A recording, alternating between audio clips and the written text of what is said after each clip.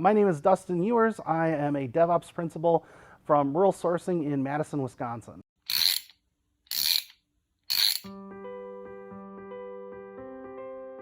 One of the big problems that DevOps is trying to solve is that you have these two sides. You have developers and you have operations, right? And the thing about the developers is that they win when they get stuff into production. Operations, on the other hand, traditionally is measured on stability. And the primary way that you keep things stable is you prevent new things from happening, which creates this thing where you have these two warring tribes in IT, and it causes just a ton of problems if your goal is to optimize flow. Because the thing is, you want changes, you want to evolve, you want to change, you want to do different things, but what you don't want to do is you don't want to blow up the system while you're doing that. You want to have both flow and stability. And the way you do that is you have both sides chase the same metrics.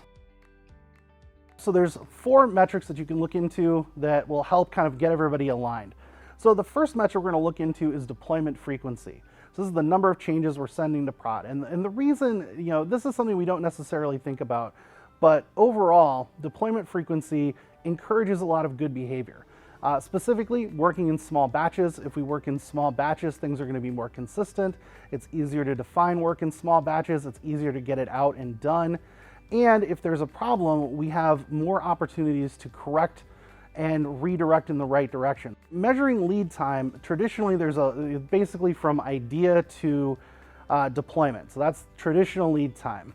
And that's cool, but for the sake of DevOps and deployment, you want to measure deployment lead time. So this is when you check in a piece of code to the point where that code exists in production for people to use.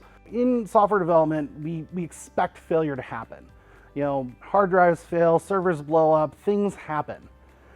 But instead of acting like we're never going to have any failures, what we want to do is we want to make sure we recover from those failures as quickly as possible. One of the advantages of small batches and frequent deployments is that is going to improve our change failure rate. So we want to have consistent changes that work. We don't want to have to back things out. We don't want to have to scramble. And if we do things often, we're going to get really good at it, and it's going to be very consistent, and we're going to have a consistent overall nice flow of changes.